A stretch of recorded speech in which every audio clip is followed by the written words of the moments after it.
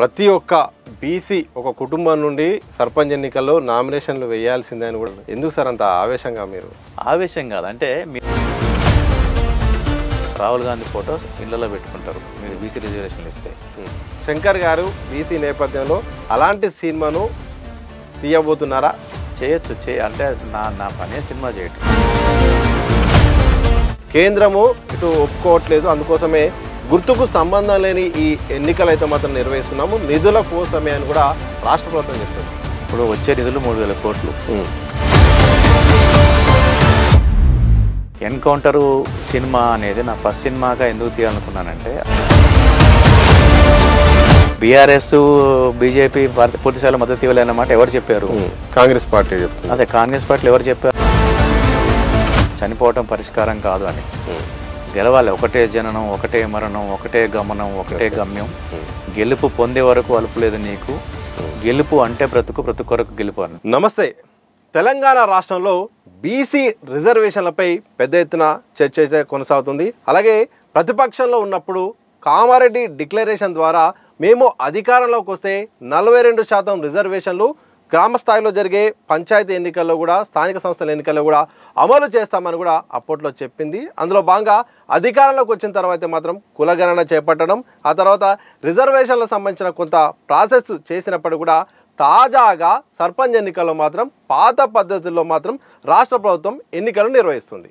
ఇదే సందర్భంలో బీసీ రిజర్వేషన్ల పట్ల పెద్ద ఎత్తున ఇటు ప్రచారం జరుగుతుంది, ఇటు సభలు సమావేశాలు అయితే మాత్రం సంఘాల రూపాల్లో కూడా జరుగుతుంది. బీసీ రిజర్వేషన్ల గురించి అలాగే బీసీలో ఐక్యత పట్ల కూడా ఇటు ఒక రకమైన చర్చ అయితే నడుస్తుంది. జరుగుతున్న పరిణామాలపై మాట్లాడే ప్రయత్నం చేద్దాం. మనతో పాటు సినీ దర్శకులు ఎన్ శంకర్ గారు ఉన్నారు. సార్ నమస్కారం. సార్ నమస్తే.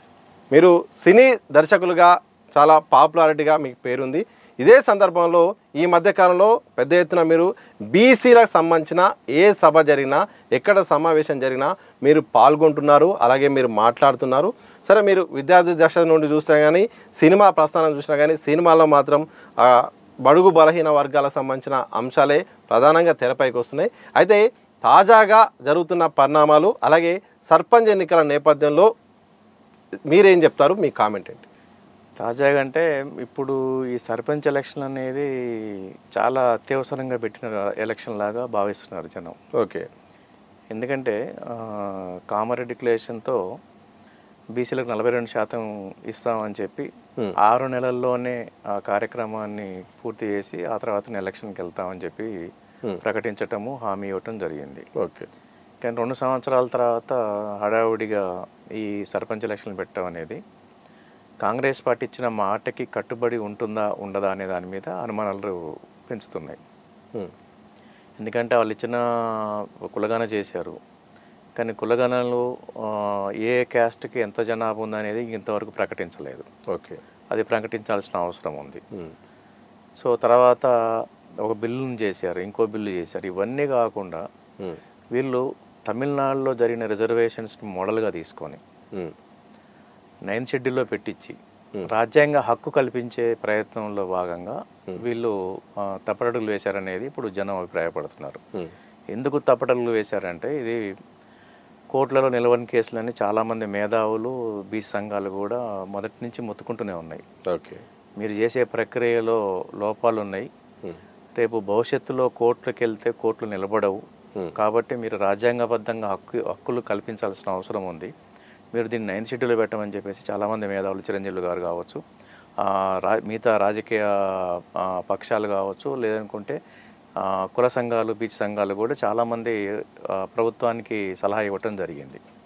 కానీ ఆ దశలో ప్రయాణం అయితే జరిగినట్టు కనపడలేదు. ఎందుకంటే దీనికి పరిష్కార మార్గం ఒకటే ఒక పరిష్కార మార్గం ఏంటంటే, 42% రిజర్వేషన్ కనుక బీసీలకు హక్కుగా కల్పించాలనుకుంటే రాష్ట్ర ప్రభుత్వం కానీ కేంద్ర ప్రభుత్వం కానీ చేయాల్సింది ఏంటంటే, ఆ హక్కుని రాజ్యాంగబద్ధంగా, చట్టపరంగా, పార్లమెంట్ విధానంలో రక్షణ కల్పించే విధంగా ఉండాలి తప్ప తాత్కాలికమైన ఉపశమనం కోసం చేసే ప్రయత్నం చేస్తే ఇట్లాగే ఈ ఉద్యమం కొనసాగుతుంది, ఈ అసమానతలు అనేవి ఇంకా పెరుగుతాయి.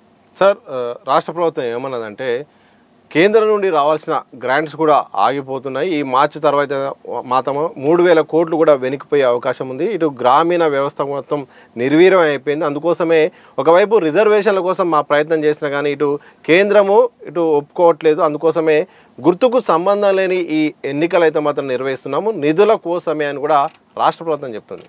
ఇప్పుడు వచ్చే నిధులు 3,000 కోట్లు. మరి అదేదో కాంగ్రెస్ గవర్నమెంట్ ఫామ్ కాగానే నిధులు ఇప్పుడు 2 సంవత్సరాలుగా నిధులు వేస్ట్ అయిపోయినాయి కదా. మరి గవర్నమెంట్ రాగానే ఎలక్షన్ నిర్వహించి మేము నిధుల కోసం ఎలక్షన్కి పోతున్నాం. సర్పంచ్లు ఇప్పటికే పెండింగ్ బిల్లులతో చాలామంది అవస్థ పడుతున్నారు, చాలామంది అప్పులు చేసిర్రు. సో అనివార్యత ఉంది కాబట్టి మేము సర్పంచ్కి వెళ్తున్నాము. లీగల్గా పద్ధతి ప్రకారం చట్టపరంగా నిలిచేటట్టుగా మేము బీసీ హక్కును కల్పిస్తామని అదే దేశంలో చెప్పుంటే ఆ బిగినింగ్లోనే సర్పంచ్ ఎలక్షన్ పోయి ఉంటే చాలా మంది సర్పంచులు ఆత్మహత్య చేసుకునే వాళ్ళు కాదు.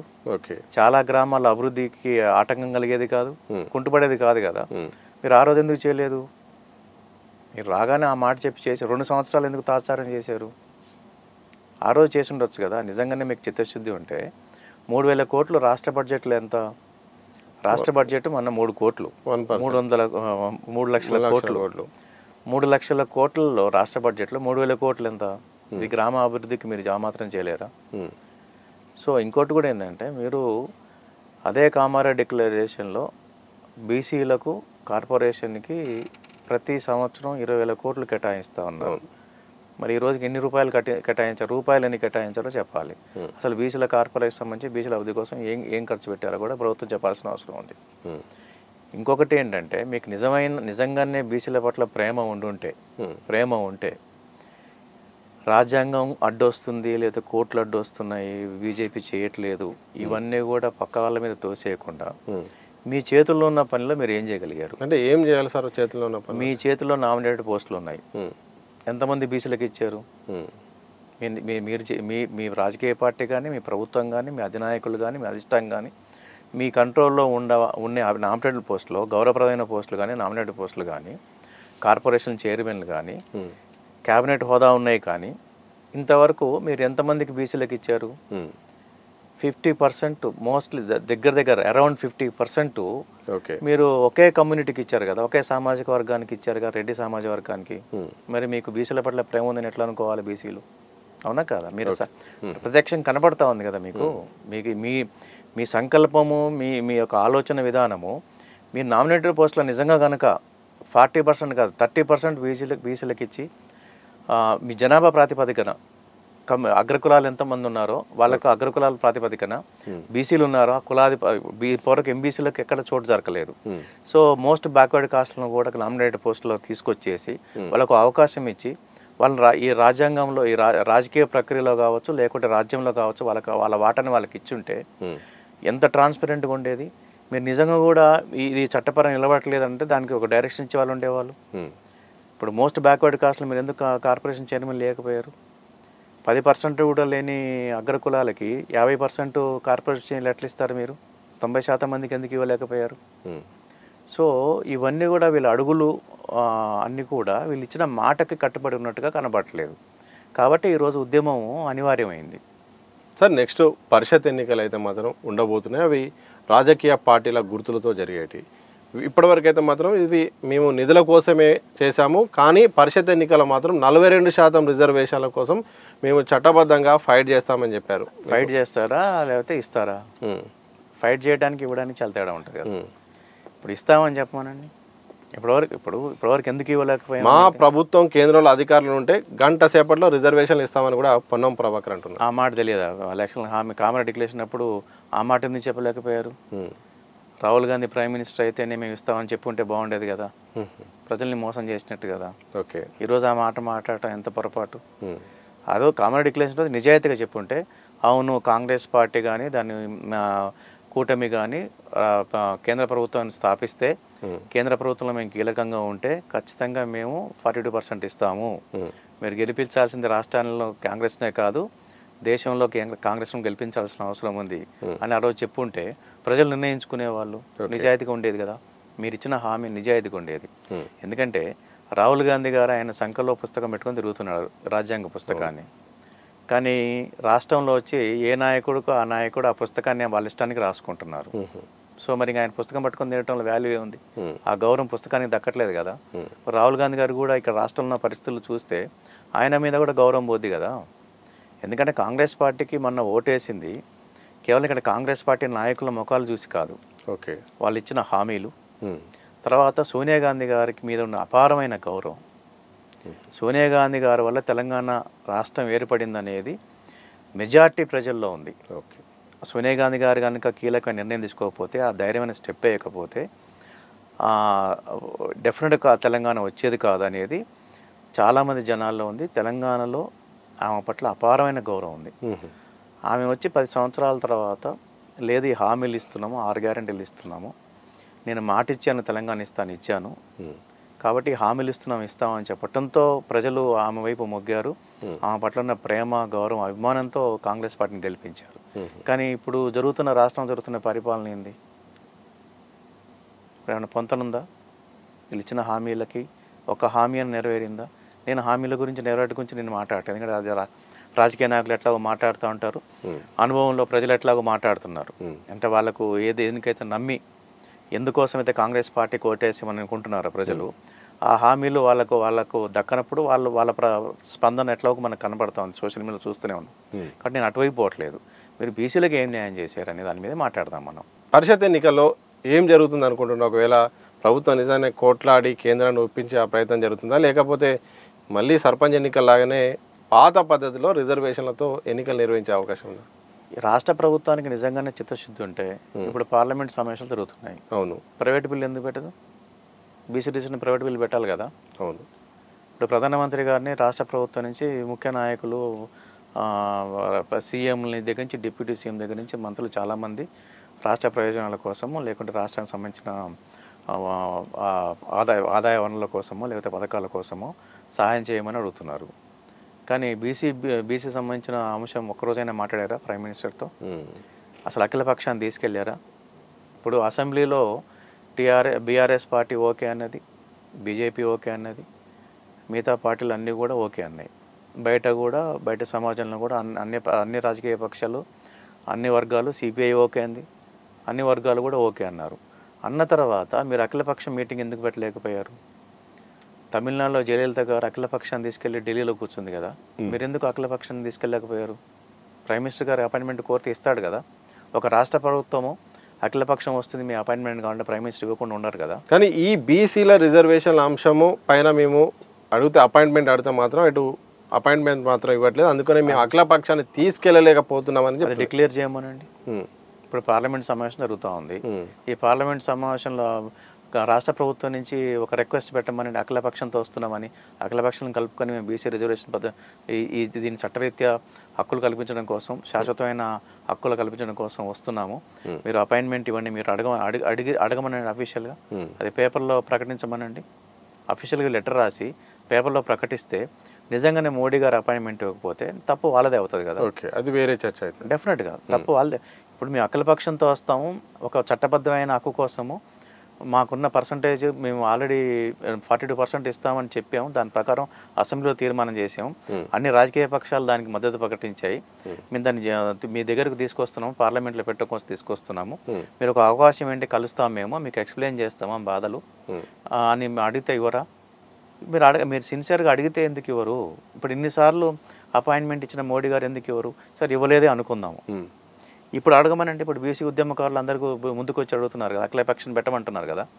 సో అఖిలపక్షాన్ని పిలిస్తే ఇక్కడ స్టేట్లో ఏ రాజకీయ పార్టీ కాదు తెలిసిపోతుంది, మనకి ఎవరి లైన్ ఏందో తెలిసిపోద్ది కదా. ఇప్పుడు రాజకీయ పార్టీ బీజేపీ ఇక్కడ మీకు మద్దతు ప్రకటించింది, ఇస్తామన్నారు, మేము 100% 42%కి మేము ఓకే అన్నారు, బీఆర్ఎస్ పార్టీ ఓకే అంది, సిపిఐ ఓకే అంది, సిపిఎం ఓకే అంది, ఇంకేం కావాలి మీకు? సో అందరినీ కూర్చోబెట్టేసి మనం వెళ్దాం, ఈ రాజ్యాంగ హక్కు కోసం కొట్లాడదాం, పోరాటం చేద్దాం అంటే రారా వీళ్ళు? రాకపోతే ప్రజలు తెలుసుకుంటారు కదా. ఎస్, కాంగ్రెస్ నిజంగా చిత్తశుద్ధి ఉంది, బీఆర్ఎస్ పార్టీ సహకరించట్లేదు, బీజేపీ సహకరించట్లేదు, ఇంకా సహకరించిన వాళ్ళ పేర్లు చెప్పుకొని కరెక్ట్ వీళ్ళు కదా మాకు అడ్డం పడుతున్నారు అనేది ప్రజలు నిర్ణయించుకుంటారు వాళ్ళని ఏం చేయాలో. కానీ ఇప్పుడు కాంగ్రెస్ అంటున్నది బలం ఉందా? ఏమంటుందంటే ఇటు బీఆర్ఎస్ కానీ ఇటు బీజేపీ కానీ పూర్తి స్థాయిలో మాకు మద్దతు ఇవ్వట్లేదు, అందుకోసం మా ప్రయత్నంగా మేము ఎంత చేసినప్పుడు కూడా రాజకీయ పార్టీలుగా వాటి పాత్ర పోషించట్లేదు అని చెప్తుంది. వాటికి బలం ఉంది. ఎవరు చెప్పారు ఈ మాట? ఇప్పుడు బీఆర్ఎస్ బీజేపీ పూర్తిస్థాయిలో మద్దతు ఇవ్వలేనమాట ఎవరు చెప్పారు? కాంగ్రెస్ పార్టీ చెప్తుంది. అదే కాంగ్రెస్ పార్టీలు ఎవరు చెప్పారు? వాళ్ళని మాట్లాడమనండి. మీరు ప్రత్యక్షంగా అందరం చూసాం కదా, అసెంబ్లీలో తీర్మానంలో అన్ని పార్టీలు మద్దతు ప్రకటించడం చూసాం కదా, ఇంకేం మద్దతు ఇవ్వాలి నీకు? ఇప్పుడు ఏదో అంటే సామెత, పాత సామెత ఉంటుంది, బాగా కాబట్టి చెప్పట్లేదు నేను. అసలు మద్దతు అసెంబ్లీలో ప్రకటించిన తర్వాత అన్ని పార్టీలు దాన్ని కట్టుబడి ఉంటాయి కదా.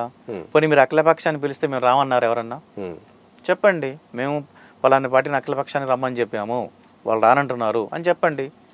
బీసీలు నిర్ణయించుకుంటారు ఎవరు తప్పు.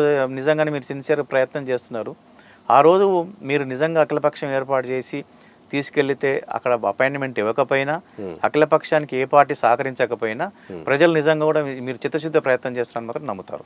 ఈ అంశాన్ని మీరు ఏకీభవిస్తారా? ఎందుకంటే కేంద్ర ప్రభుత్వం కానీ బీజేపీ కానీ తెలంగాణ రాష్ట్రంలో బీసీలకు రిజర్వేషన్లు ఇచ్చే విషయంలో మాత్రం అడ్డుపడుతుంది. ప్రధానంగా ఏదైతే కులగణన చేశారో కులగణనలో బీసీ ముస్లింలు అనే అంశాన్ని మేము వ్యతిరేకిస్తున్నామంటూ ఇటు బీజేపీ అనడం, దాని తర్వాత ఇటు రాష్ట్రపతి దగ్గర, గవర్నర్ దగ్గర కూడా పెండింగ్లో ఉన్నాయి బిల్లులు, ఆర్డినెన్స్లు. కేంద్ర ప్రభుత్వము తలుచుకుంటూ అవుతుంది కానీ కేంద్ర ప్రభుత్వానికి చిత్తశుద్ధి లేదని కూడా కాంగ్రెస్ అంటుంది. ఇప్పుడు ముస్లింలు అనేది సాకండి. గుజరాత్లో ముస్లింలు ఉన్నారు కదా, బీహార్లో ఉన్నారు కదా, బీసీల్లోనే ముస్లింలో పేదవాళ్ళు ఉన్నారు కదా, బీసీల్లో వెనక తోయబడ్డ వాళ్ళు ఉన్నారు కదా. సో వాళ్ళకి హక్కు కల్పించడంలో తప్పేంటంటాను. ఇంకోటి ఏంటంటే, మీ గుజరాత్లో ఏం జరుగుతుంది, బీజేపీ ఉన్నది, ఈ బీహార్లో ఎలా ఉన్నది, యూపీలో ఎట్లా ఉంది, ఆ మోడల్ తెలుసు కదా మీకు.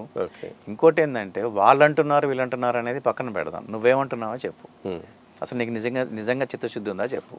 నువ్వు నిజంగా చిత్తశుద్ధి ఉంటే నీ నామినేటెడ్ పోస్టులో ఎంతమంది బీసీలు ఉన్నారో చెప్పు. ఒకే కులానికి ఒకే సామాజిక వర్గానికి ఎన్ని పోస్టులు ఇచ్చామో చెప్పు, డిక్లేర్ చేయి. మాకు ఇప్పుడు తెలుసు, ఎవరెవరు కార్పొరేషన్ చైర్మన్లో తెలుసు. మీకు ఆర్టీఏలో ఒక బీసీ లేడు. మీరు ఇప్పుడు వేసిన రైట్ ఫర్ చట్టానికి ఒక బీసీ ఎందుకు వేయలేకపోయావు నువ్వు? ఒక బీసీ అని ఉన్నాడా? అన్ని రంగాల్లో, సినిమా రంగానికి వచ్చిన అదే పరిస్థితి, రాజకీయ రంగానికి వచ్చిన అదే పరిస్థితి, మీ కార్పొరేషన్ చైర్మన్ల పరిస్థితి అదే. మీరు ఎక్కడ నామినేట్ చేసినా మీకు మీ రాజ్యాన్ని కాపాడటం కోసమో, మీ రాజ్యానికి అనుకూలంగా ఉండే వాళ్ళ కోసం తప్ప సామాజిక కోణం ఉంటుందా దాంట్లో? తప్పకుండా ఉంటుంది, 100% ఉంది కదా. మీరు కార్పొరేషన్ చైర్మన్ నామినేటెడ్ పోస్టులలో మీరు ఎంతమంది ఒకే సామాజిక వర్గానికి ఎట్లా ఇస్తారు? మీకు నిజంగా చిత్తశుద్ధి ఉంటే 42% ఇవ్వాలనుకుంటే 42% మీ బీసీలకు ఇచ్చుంటే పోయేది కదా. జనాభా ప్రాతిపదికన 90% ఇవ్వాలి ఎస్సీ ఎస్టీ బీసీలకు.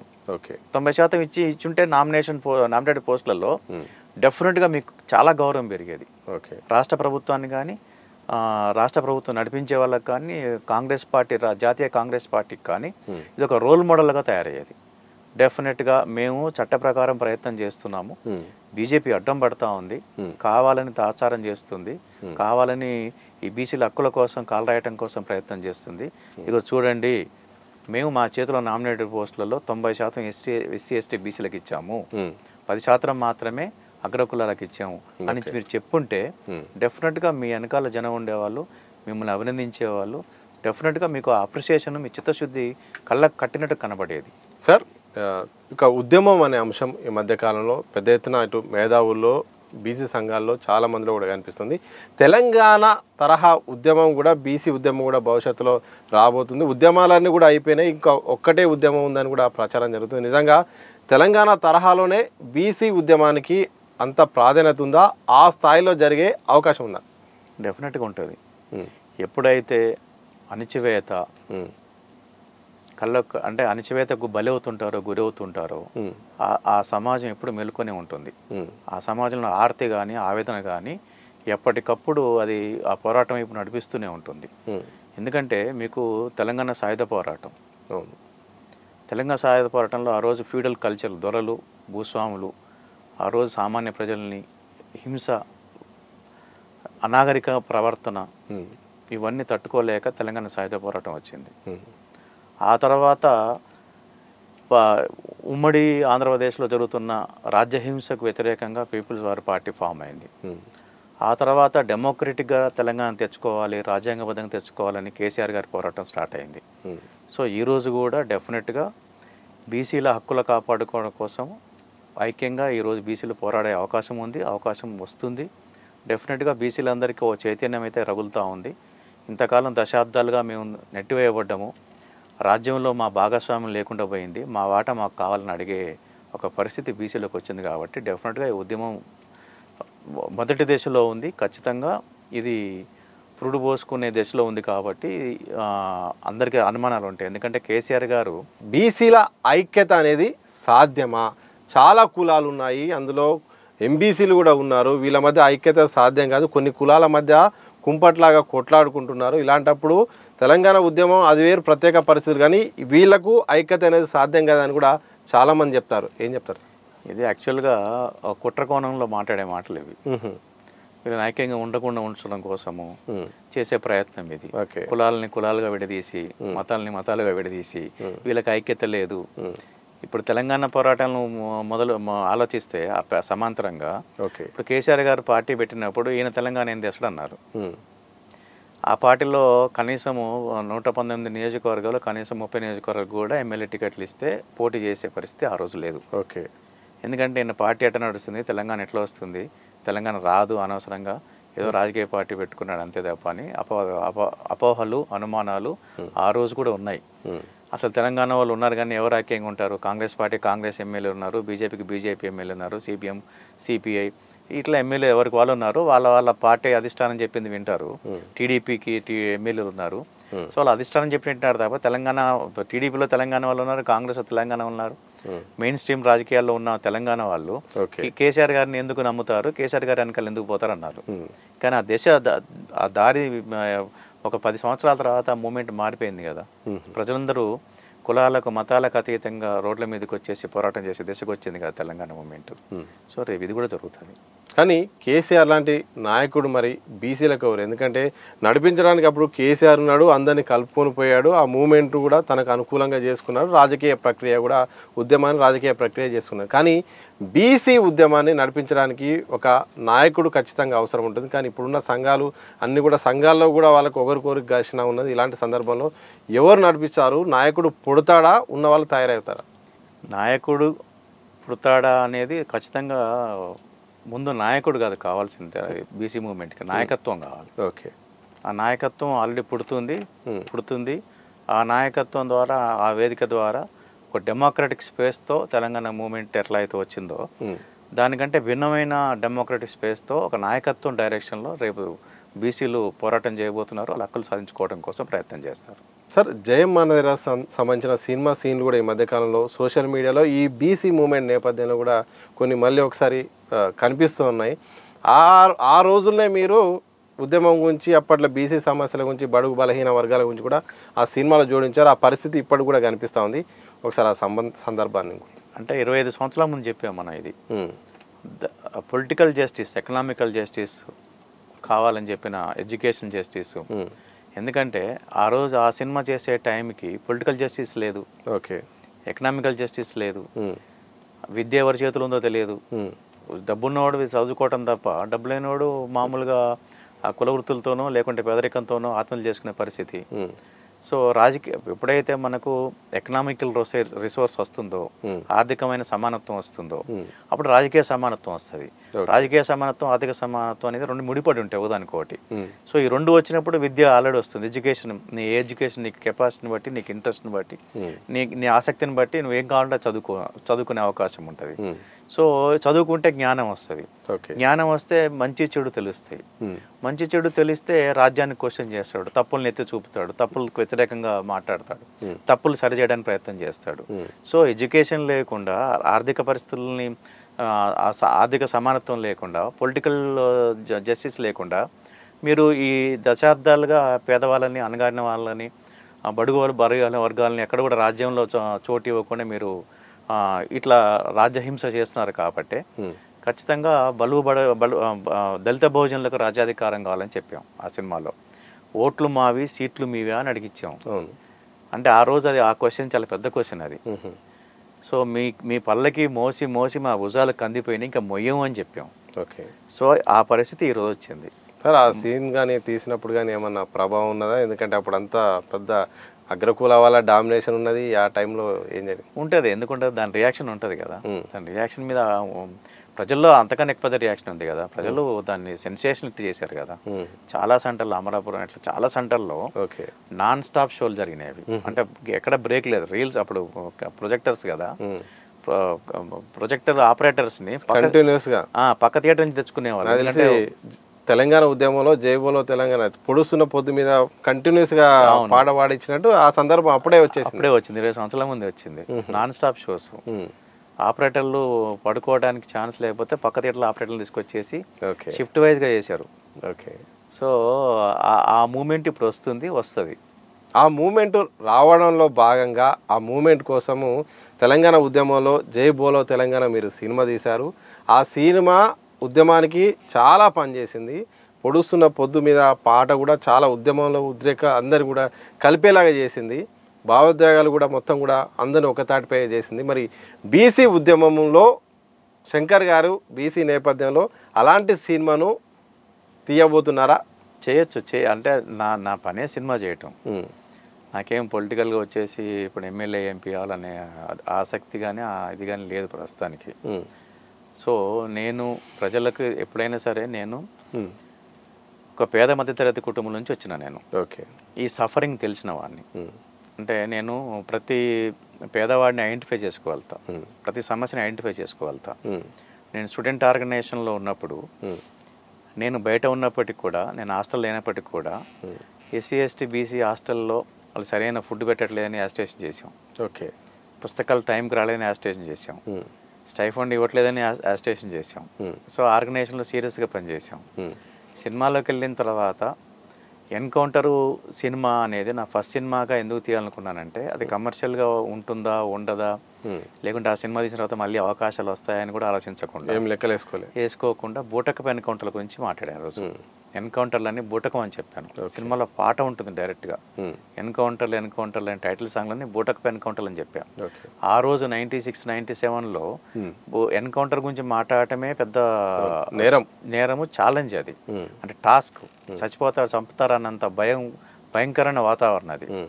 అట్లాంటి టైంలోనే మనం బూటకపు ఎన్కౌంటర్లు అని చెప్పా. జైబోలో అమరవీరులకు అనే పాటలో అన్ని విప్లవ పార్టీల యొక్క అమరుల పేర్లు చెప్పాం, ఒరిజినల్ పేర్లు. ఓకే.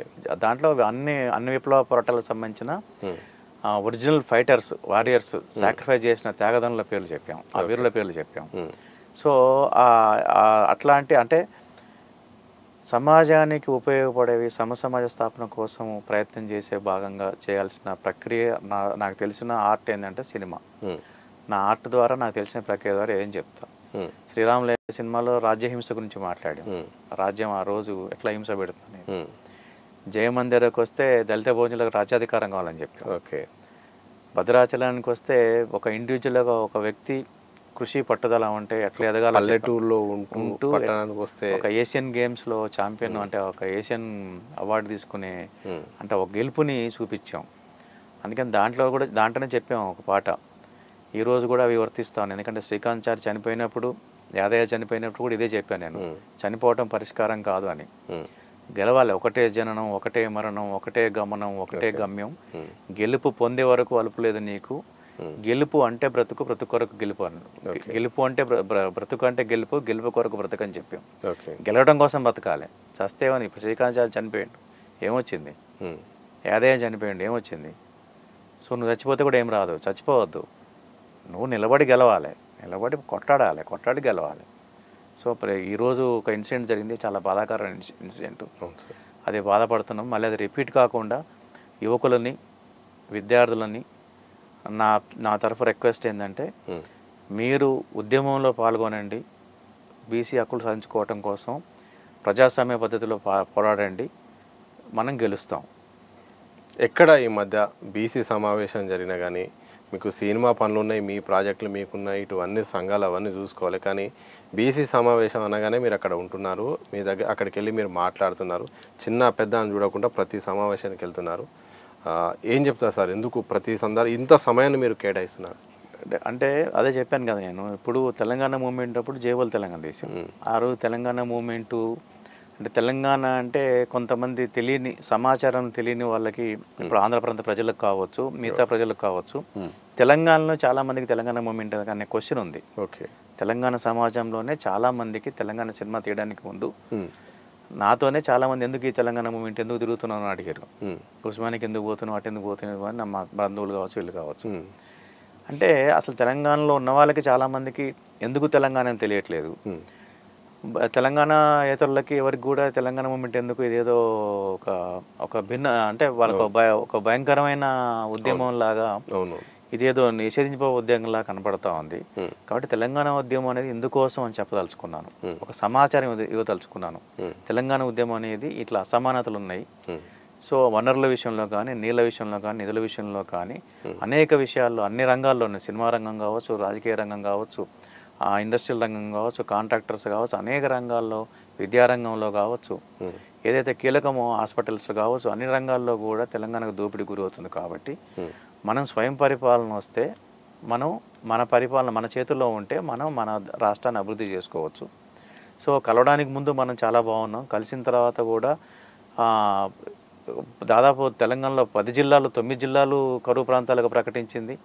రాయలసీమలో 4 జిల్లాలు, ఉత్తరాంధ్రలో 3 జిల్లాలు. అంటే 50 సంవత్సరాలు కలిసి ఉన్నా కూడా ఇంకా కరువు ప్రాంతాలుగా ఉన్నాయంటే ఎక్స్పెరిమెంట్ ఫెయిల్ అయింది. కాబట్టి మనం విడిపోయి కలిసి ఉందాము, రాష్ట్రాలుగా విడిపోదాం, మనుషులుగా కలిసి ఉందాం, ఒక ఎక్స్పెరిమెంట్ చేద్దామని చెప్పాను. ఎక్స్పెరిమెంట్ చేస్తే ఎవరి పరిపాలన వాళ్ళకి వస్తుంది. బాబాసాహెబ్ అంబేద్కర్ కూడా చిన్న రాష్ట్రాల వల్ల ప్రయోజనాలు ఎక్కువ ఉంటాయని చెప్పాడు. పరిపాలన ప్రజలకు దగ్గర అవుతుందని చెప్పాడు. కాబట్టి ఆ కోణంలో ఆలోచించుకొని ఒక ఎక్స్పెరిమెంట్ చేసి విడిపోతే, రాష్ట్రాలుగా ఏర్పడితే, విడిపోవటం అంటే మానసికంగా కాదు, మనుషులుగా కాదు, ఆ మానవత్వం పరిమింపజేసే విధంగా ఒక మానవీయ కోణంలో కనుక మనము రాష్ట్రాలు ఏర్పాటు చేసుకుంటే అభివృద్ధి ఫలాలు సమానంగా ఉంటాయి, అందరికీ సమాన ఫలాలు అందుతాయనే ఉద్దేశంతో తెలంగాణ సినిమా తీసాం. అది అప్రిషియేట్ చేయబడింది. సార్ నేను చివరిగా చెప్పండి సార్ ఒకటి, ఎందుకంటే బీసీ ఉద్యమము సాధ్యమా అని చాలామంది కూడా ఇంతకుముందు మిమ్మల్ని అడిగినట్టు చాలామంది కూడా ఒక డౌట్ ఉంది. అలాగే భావజాల వ్యాప్తి అనేది చాలా అవసరము. ఎందుకు ఈ బీసీ ఉద్యమం అనేది ఇప్పుడున్న జనరేషన్కి మరి భావజాల వ్యాప్తి లేకుండా ఉద్యమం నిలబడాలంటే చాలా కష్టం. అంటే సమస్య ఎక్కడున్నది, ఎక్కడ వస్తుంది అనే సందర్భం చాలా అవసరం. కానీ ఇప్పుడు అంతా టెక్నాలజీ అని చెప్పి అందరూ ఉద్యోగాల్లో పడిపోయారు, మొత్తం వ్యాపారాల్లో పడిపోయారు. ఇప్పుడున్న సందర్భంలో ఉద్యమము బలంగా తయారు కావాలంటే ఈ వ్యాప్తి ఎలా సాధ్యమవుతుంది, ఎలా నిలబడుతుంది? ఇప్పుడు ఇంకా గతంలో కంటే ఇప్పుడు ఇంకా స్పీడ్గా ఉంటుంది. అంటే సోషల్ మీడియా వచ్చింది, యూట్యూబ్ ఛానల్స్ కానీ. సో మీడియా అంతా కూడా డైవర్ట్ కాకుండా ఏది న్యాయమో ఏది నిజమో అది చెప్పగలిగితే ఖచ్చితంగా ఇప్పుడున్న జనరేషన్ కనెక్ట్ అవుతుంది. సో ఈ స్పీచ్లు కానీ, మేధావులు కానీ, బీసీ సంఘ నాయకులు కానీ ఒక మేలుకొల్పోయే విధంగా కనుక వాళ్ళ ఆలోచన విధానం, వాళ్ళ ప్రజెంటేషన్, వాళ్ళ డైరెక్షన్ ఉంటే ఖచ్చితంగా కూడా యూత్ కానీ, మేధావులు, యూత్ అందరు కనెక్ట్ అవుతారు. 100% దాంట్లో డౌట్ ఏం లేదు. ఇది వచ్చి తీరుతుంది. దానికోసం కొట్లాడతాం. సో 2 క్వశ్చన్స్ చివరిగా, ఒకటి 42% రిజర్వేషన్లు సాధ్యమా, ఒకటి అలాగే బీసీ రాజ్యాధికారం అనేది సాధ్యమా? ఎందుకు కాదు, మీకు రిజర్వేషన్లు వస్తే ఎక్కువ శాతం బీసీ, ఎస్సీ, ఎస్టీ, బీసీలు ఉంటాయి, ప్రాతినిధ్యం ఉంటుంది. ప్రాతినిధ్యం వాళ్ళదే ఎక్కువ ఉంటుంది కదా. సీఎంలు పిఎంలు వాళ్ళే అవుతారు కదా. ఇప్పుడు బీజేపీ పార్టీ కులగన చేస్తూ ఉంటుంది కదా. కులగన చేసి దేశం అంతా కూడా ఎస్సీ, ఎస్టీ, బీసీల పర్సంటేజ్ ప్రకారము 90% ఉన్న వాళ్ళను సీఎం ఎన్నుకుంటారు కదా, 90% ఉన్న వాళ్ళ పిఎం ఎన్నుకుంటారు కదా. సాధ్యమే కదా, అది రాజ్యాంగం కదా, అది రాజ్యాంగ హక్కు కదా. సో డెఫినెట్గా సాధ్యం అవుతుంది. ఆ కోణంలో ప్రయాణం చేయాలి. ఇప్పుడు తెలంగాణలో వచ్చే 17 సీట్లతో తెలంగాణ రాష్ట్రం వస్తుందని అడిగారు. మనకున్న 17 ఎంపీలు ఎంఐఎం ఎట్లాగో సపోర్ట్ చేయట్లేదు, ఆమె సమైకాంధ్ర అన్నారు ఆ రోజు. సో 16 ఎంపీలు, 540 పైన ఎంపీలన్నీ 16 ఎంపీలు ఇన్ఫ్లుయెన్స్ చేయగలుగుతారని అడిగారు. వాస్తవమే కదా. 16 ఎంపీలు ఏం చేస్తారు? 16 ఎంపీలు ఏం చేయలేరు కదా. మరి 540 ఎంపీలని మీరు వాళ్ళని ఎట్లా మీరు సమానపరచగలుగుతారు? వాళ్ళని ఎట్లా మీ వైపు తిప్పుకోగలుగుతారు?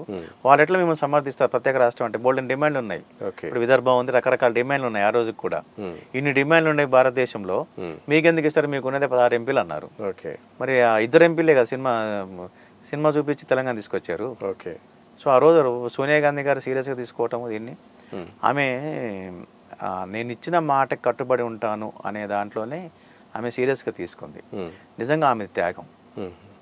ఎందుకు త్యాగం అంటే తెలంగాణ ఇస్తే అక్కడ 25 ఎంపీలు, అక్కడ నష్టపోతామని తెలుసు, ఇక్కడ 17 ఎంపీలు, కానీ 25 ఎంపీల్లో 0 వస్తుందని కూడా తెలుసు ఆమెకి. ఇప్పుడు రాజకీయ కోణంలో ఆలోచించినప్పుడు 25 మంది ఎంపీల కంటే 17 ఎంపీలు తక్కువ, 16 ఎంపీలు తక్కువ.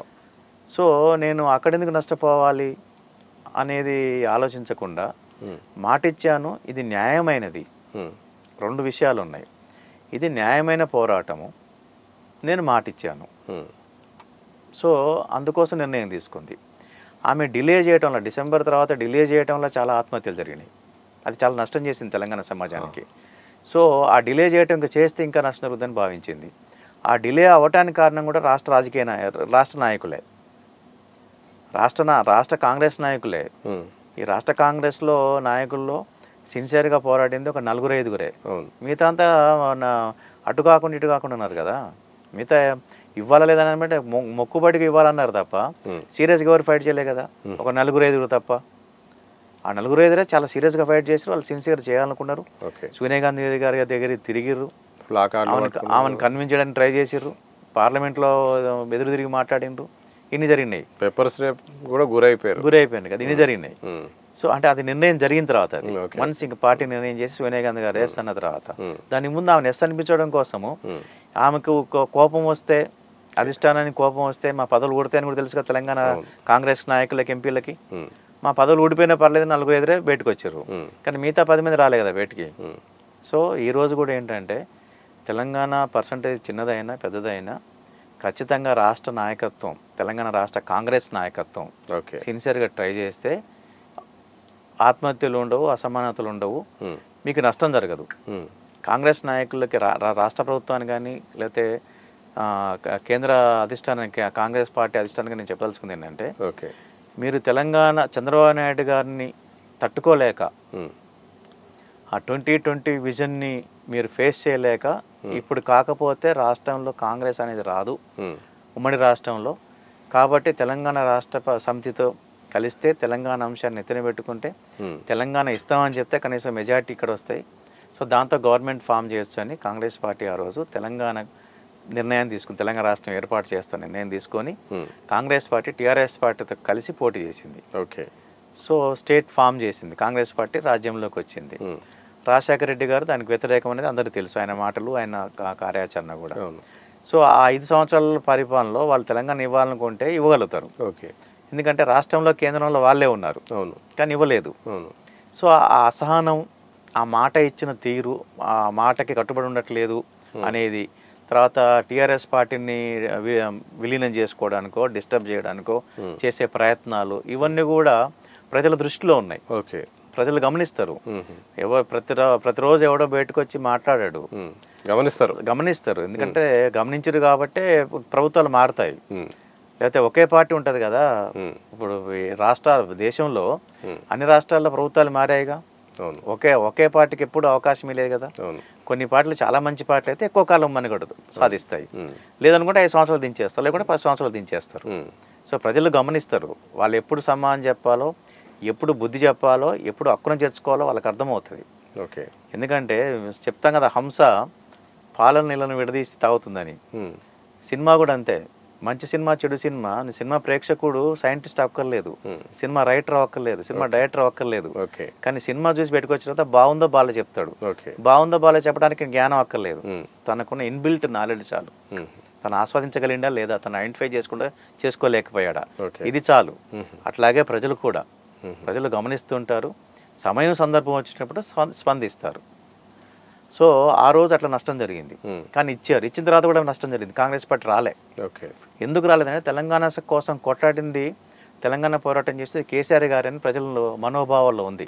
ఈ డిలే చేయడంలో సమాజం నష్టపోయిందని కూడా వాళ్ళ ఆచరణలో కానీ వీటిలో డిలే అవ్వటం వల్ల సమాజం తెలంగాణ సమాజం నష్టపోయింది. ఈ తెలంగాణ వనరులు, యువకులు నష్టపోయారు, యువకులు ఆత్మబలిదానాలు చేస్తున్నారనే ఒక గాయం వాళ్ళు వెంటాడి టీఆర్ఎస్ పార్టీని గెలిపించారు. సో ఈరోజు మీరు మళ్ళీ టీఆర్ఎస్ పార్టీని ఓడించడం కోసము మీరు 42% రిజర్వేషన్ కామారెడ్డి డిక్లరేషన్ చేసి మీరు చిత్తశుద్ధి లేకుండా ప్రవర్తించటము, మీ రాజ్యంలో మీ చేతిలో ఉన్న ఆ పదవుల్లో కూడా ఒకే వర్గానికి, ఒకే కులానికి మీరు ఎక్కువ ప్రాధాన్యత ఇవ్వటం అనేది ప్రజలు గమనిస్తున్నారు. మీ వ్యక్తిగత కక్షా ధోరణి, మీరు ఎవరైనా వ్యక్తిగతంగా తీసుకొని టార్గెట్ చేసే ధోరణిని కానీ, వ్యవస్థాపరంగా మీ దోపిడీని కానీ వ్యవస్థాపరంగా టార్గెట్ చేసి వాళ్ళ లక్ష్యాన్ని, వాళ్ళ హక్కులను కాలరాసే విధానం కానీ ప్రజలు గమనిస్తున్నారు. అంత ఈజీగా మొదలుపెట్టారు. కాబట్టి ఇప్పటికైనా 3 సంవత్సరాల టైం ఉంది కాబట్టి మీరు ఇచ్చిన మాట కట్టుబడి ఉంటే ఖచ్చితంగా కవులు, కళాకారులు, మాలాంటి వాళ్ళు, మేధావులు, ప్రతి బీసీ కుటుంబం కూడా మిమ్మల్ని ఆరాధిస్తుంది. రాహుల్ గాంధీ ఫొటోస్ ఇళ్లలో పెట్టుకుంటారు మీరు బీసీ రిజర్వేషన్లు ఇస్తే. ఎందుకంటే రాహుల్ గాంధీ గారు మీద ఒక నమ్మకం ఉంది ప్రజల్లో ఇప్పటికి కూడా. రాహుల్ గాంధీ గారు ఎంతో డెమోక్రటిక్గా ఉన్నాడు, ఆయనకు సోషల్ జస్టిస్ పైన ఒక నమ్మకం ఉంది, ఆ ప్రయత్నంలో ఆ మార్గంలో నడవడానికి ప్రయత్నిస్తున్నాడు అనేది ఇప్పటికీ బీసీ వర్గాల్లో కానీ, సమాజంలో కానీ, దేశంలో కానీ ఒక నమ్మకం అయితే ఉంది. కాబట్టి ఇప్పటికైనా రాష్ట్ర నాయకత్వము, జాతీయ కాంగ్రెస్ పార్టీ నాయకత్వం ఏమరపాటుతో ఉండి 9th షెడ్యూల్లో పెట్టిస్తారా, ఏ షెడ్యూల్లో పెట్టిస్తారో చూసి శాశ్వత రాజ్యాంగ హక్కుని కనుక బీసీలకు కల్పిస్తే మళ్ళీ మిమ్మల్ని హక్కును చేసుకుంటారు. మీరు మాట్లాడుతున్నారు కదా 10 సంవత్సరాలు, 20 సంవత్సరాలు, 50 సంవత్సరాలు మేము గెలిపిస్తారు. మీరు జయించండి మాట. 50 సంవత్సరాల కాంగ్రెస్ పార్టీ ఉంటుంది తెలంగాణలో. మీరైతే 42% రాజ్యాంగ హక్కును కల్పించండి. చేస్తే డెఫినెట్గా అప్రిషియేషన్ ఉంటుంది. ప్రతి ఒక్క బీసీ ఒక కుటుంబం నుండి సర్పంచ్ ఎన్నికల్లో నామినేషన్లు వేయాల్సిందే అని కూడా మీరు పెద్ద ఎత్తున మీరు మాట్లాడిన మాటలు కూడా బాగా వైరల్ అయినాయి, సంచలనంగా మారిపోయినాయి. ఎందుకు సార్ అంత ఆవేశంగా? మీరు ఆవేశం కాదు, అంటే మీరు అడావుడిగా ఈ నిర్ణయం తీసుకోవటం అనేది కుట్ర అనిపించింది. అంటే ఇది ఇంజస్టిస్ అనిపించింది, అన్యాయం. అంటే బీసీలకు నోరు లేదు, వాళ్ళ నోరు మూయించేసి వాళ్ళ మూగజీవులుగా చూసుకొని మీరు ఎలక్షన్కి వెళ్ళిపోయి ఊళ్ళల్లో గ్రామ పంచాయతీలో సర్పంచ్లకు విడిపోతారు, ఎట్లా కులాలుగా విడిపోతారు. పదవి కాంక్ష ఉన్నవాడు ఉంటాడు, డబ్బు ఉన్నవాడు ఉంటాడు, డబ్బు లేనివాడు ఉంటాడు.